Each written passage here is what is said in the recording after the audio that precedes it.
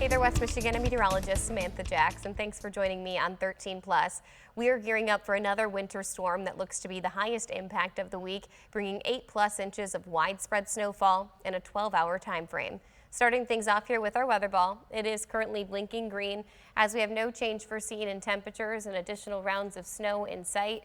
This morning we are contending with a little bit of light snow, but we're almost done with it. We've got about an hour and a half left until we are back underneath dry conditions. And this is great news because that's going to leave us with a clean slate as we head on into the overnight hours tonight and gear up for this winter storm that again is going to arrive tomorrow morning and pick up during the afternoon hours tomorrow. As we hit noon today, again, underneath overcast conditions, and between now and then we maybe have a half an inch left to be squeezed out of that system. Temperature-wise, throughout the day today, we are going to continue to climb to about 35 degrees. That will help us melt away some of the slick spots on the roadways, as well as crews to clean up some of the wet, dense snowfall from Tuesday's system and last night's quick-moving system. So here's where we're currently at, and here's what's headed our way. We still have some very minor uncertainty in the track of this low-pressure system. The track could potentially bring us a really brief period of some rainfall to the area. Now, as of right now, I'm pretty confident that we're going to remain mainly snowfall, and if we do see a brief period of rain, it would likely be Allegan County, Barry County, Van Buren, and Kalamazoo County, lasting only a very short duration of about 45 minutes and impacting your snowfall totals by maybe 1 to 3 inches. Right now, though, we continue on with a winter storm watch that remains in effect until 1 p.m. Saturday afternoon. This will likely be upgraded to either a warning or an advisory. Let's continue to track this system. So it arrives by early tomorrow morning. That's going to be right around 9 a.m. And then it really starts to take shape and put down some heavier, denser snow between 1 p.m.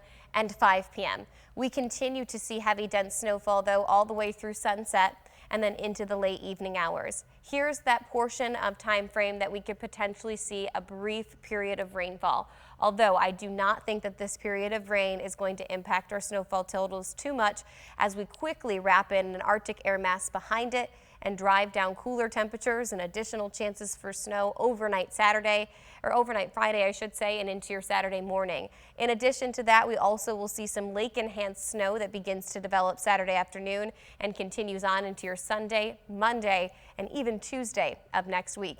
Now, we're just now looking at Friday isolated alone snowfall totals. This is through 9 p.m. on Friday, where we could see that widespread swath of 8 inches of snow.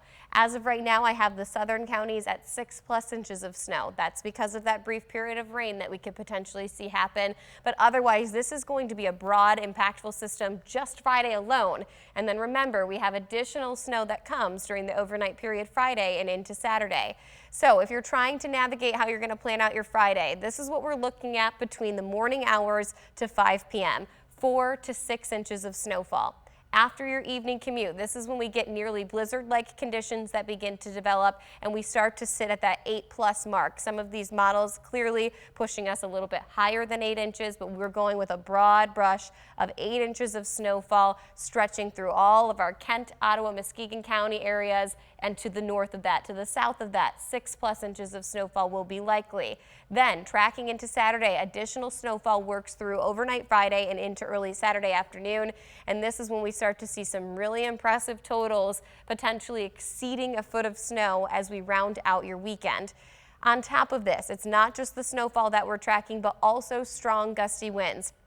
And this is where we start to use that term blizzard-like conditions, because we will see winds gusting 35 to 45 miles per hour throughout the evening hours on Friday. This, coupled with that heavy wet snow, will reduce visibility greatly, potentially below a quarter-mile visibility, and also could lead to isolated to, if not moderate to widespread power outages as we head into the weekend. The reason that I'm most concerned about the power outages is one, that they could be on a broad scale, and also the very cold air mass that's building in behind this. So in terms of our winter impacts, this is what's most important about this system, is how impactful is it expected to be?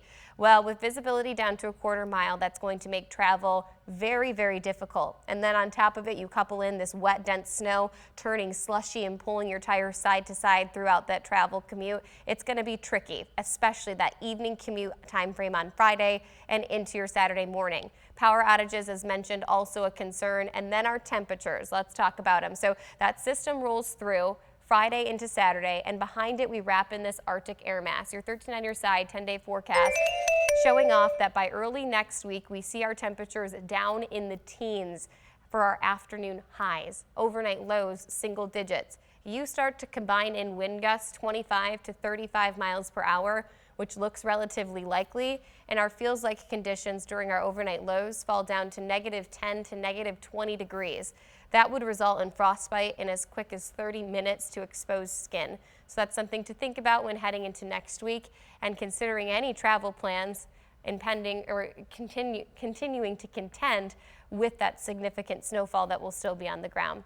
Thanks for joining me today on 13 Plus. I'm meteorologist Samantha Jacks. Meteorologist Michael Behrens and Chief Meteorologist George Lessons will be back later on tonight.